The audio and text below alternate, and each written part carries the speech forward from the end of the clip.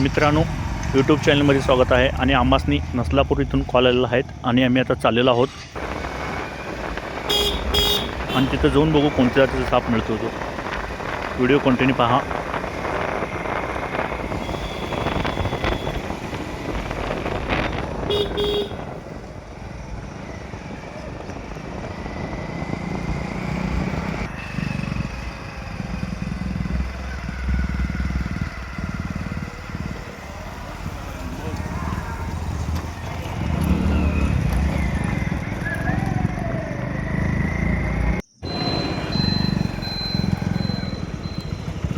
मित्रांनो, आम्ही इथं नसलापूर इथं आलेलो आहोत आणि मळ्यामध्ये साप आहे असं म्हणत आहेत आणि तिथं जाऊन बघू कोणत्या जातीचा साप मिळतोय तो.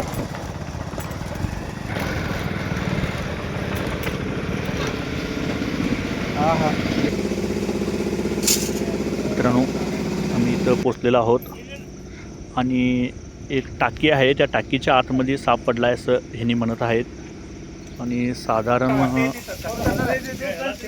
5-6 दिवस झालं साप या टाकीमध्ये पडला आहे म्हणत आहेत. कोणता साप आहे बघू.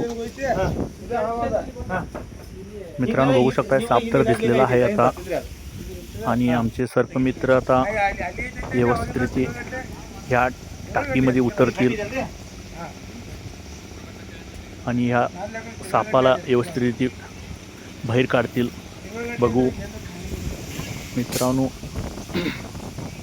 हा साप लई दिवस झाला आतमध्ये पडलेला आहे आणि त्यांनी आज कॉल केलेला आहे आम्हासनी. सारखं सतत दिसत होता आणि जात होता म्हणत होतं. त्यांनी तिथं आतच गप्पत होता, त्यांनी वर काय आला नव्हता. आणि बघू शकताय आता आमचे सर्पमित्र शिडी लावून आतमध्ये उतरलेला आहेत आणि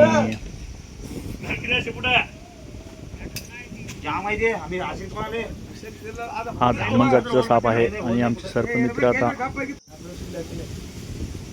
त्याला बघू शकताय पकडत आहेत आणि व्यवस्थितरित्या त्याला पकडून वर घेऊन येतील.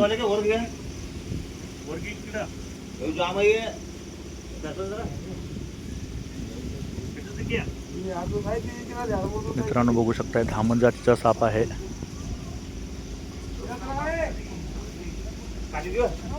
आम्ही आणि आता त्याला व्यवस्थितरित्या वर घेतलेला आहोत. बघू शकताय तुम्ही.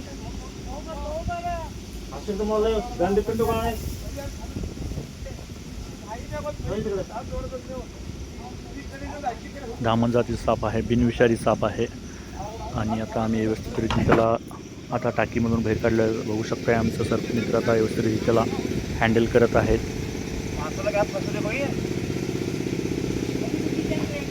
साधारण 5 ते 6 दिवस झालं हा साप टाकीमध्ये पडलेला होता आणि आम्हाला कॉल करून बोलवून घेतलं आणि हा साप पकडून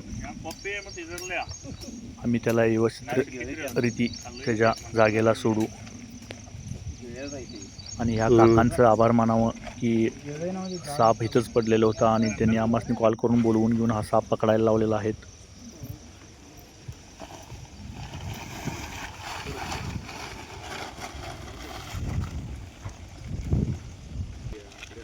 मित्रांनो, साधारण 7 ते 8 दिवस झालं हा साप टाकीमध्ये पडलेला होता आणि काकांनी कॉल करून आम्हाला बोलून घेतलं आणि आमचे सर्पमित्र व्यवस्थितरित्या साप पकडलेला आहे आणि थोड्याच वेळानंतर हा साप आम्ही व्यवस्थितरित्या पर्यावरणामध्ये सोडू.